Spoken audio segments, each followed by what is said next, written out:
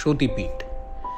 হিন্দু সনাতন ধর্মের ইতিহাসে নারীকে শক্তিরূপে পুজো করার প্রচলন প্রাচীনকাল থেকেই চলে আসছে। তবে শক্তিপীঠগুলির বিষয়ে বিভিন্ন মতভেদ রয়েছে। কিছু লিখিত গ্রন্থ এবং পুঁথিতে উল্লেখিত দেবীর সাথে পরবর্তীকালে গড়ে ওঠা মন্দিরগুলির সাথে সামঞ্জস্য করে এই মন্দিরগুলিকে শক্তিপীঠ হিসেবে নামকরণ করা হয়েছে।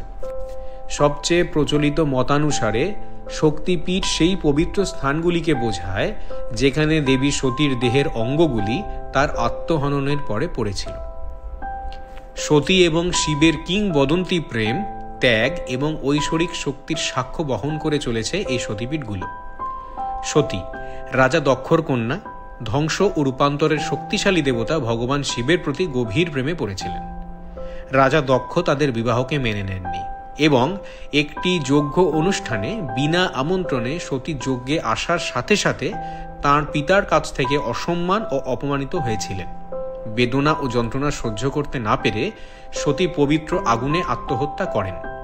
সতীর মৃত্যুতে ক্রোধান্বিত শিবকে শান্ত করতে ভগবান বিষ্ণু সতীর দেহকে সুদর্শন চক্র দিয়ে 51টি টুকরো করেন। সতীর দেহাংশ ভারতীয় উপমহাদেশের বিভিন্ন অংশে ছড়িয়ে পড়ে। পুরাণ অনুসারে প্রতিটি অংশে শক্তিপীঠগুলি তৈরি করা হয়েছিল এবং মনে করা হয় প্রতিটি শক্তিপীঠ রক্ষার জন্য ভগবান শিব ভৈরব রূপে অবস্থান করেন। সতীর দেহখণ্ডগুলি এক একটি আলাদা অংশের প্রতিনিধিত্ব করেন এবং অপরিমেয় আধ্যাত্মিক শক্তি এবং উপাসনার স্থান হয়ে ওঠে।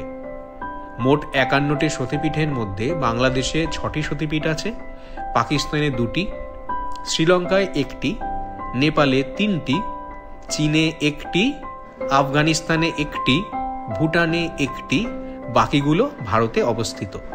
তবে মিথিলা, কর্ণাট এবং পঞ্চশায়র এই 3টি পীঠের সঠিক অবস্থান এখনো জানা যায়নি। এই মন্দিরগুলিকে অত্যন্ত শুভ বলে মনে করা হয় এবং প্রতি বছর লক্ষ লক্ষ ভক্তরা পরিদর্শনও করেন। ভিডিওটি কেমন লাগলো কমেন্টের মাধ্যমে জানাবেন। যারা নতুন তারা প্লিজ চ্যানেলটি সাবস্ক্রাইব করবেন এবং এই ভিডিওটি প্রচুর পরিমাণে শেয়ার করবেন। দেখা হচ্ছে ঠিক পরের ভিডিওতে।